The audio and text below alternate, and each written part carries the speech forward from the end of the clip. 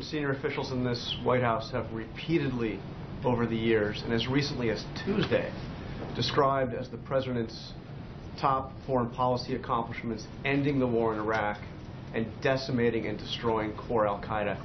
Given what we're seeing now in Iraq, can you still claim those as two of your signature achievements? There is no question that the president pledged to end the war in Iraq, and he did, and that was... There's no war in Iraq right now? U.S. combat mission in Iraq.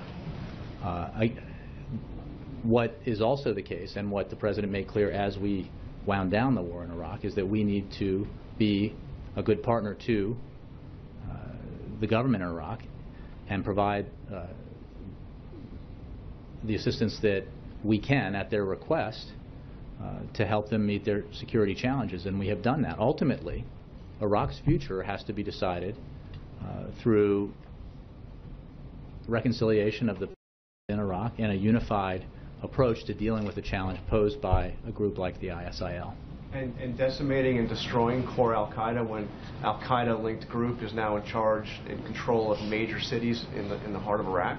Well, within your question, you have made the appropriate distinction, which is core Iraq, based in Afghanistan and Pakistan, has unquestionably been severely compromised and decimated. I don't think anybody would disagree with that. What we have been saying for a long time now is that when it comes to threats to the United States and our national security interests directly, the threat posed by affiliated groups has grown in Yemen, for example, and elsewhere, as the core leadership and core al-Qaeda in the Afghan region has been diminished and decimated.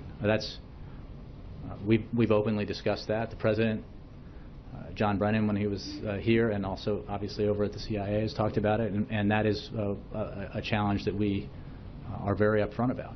But I don't think you can argue that when it comes to al-Qaeda in Afghanistan, in the Afghanistan-Pakistan region, that the strategy of going after core al-Qaeda leadership has not been effectively prosecuted. Isn't it equally dangerous, or arguably more dangerous, to have an al-Qaeda-linked group in control of major Iraqi cities than to have them in the mountains of Pakistan?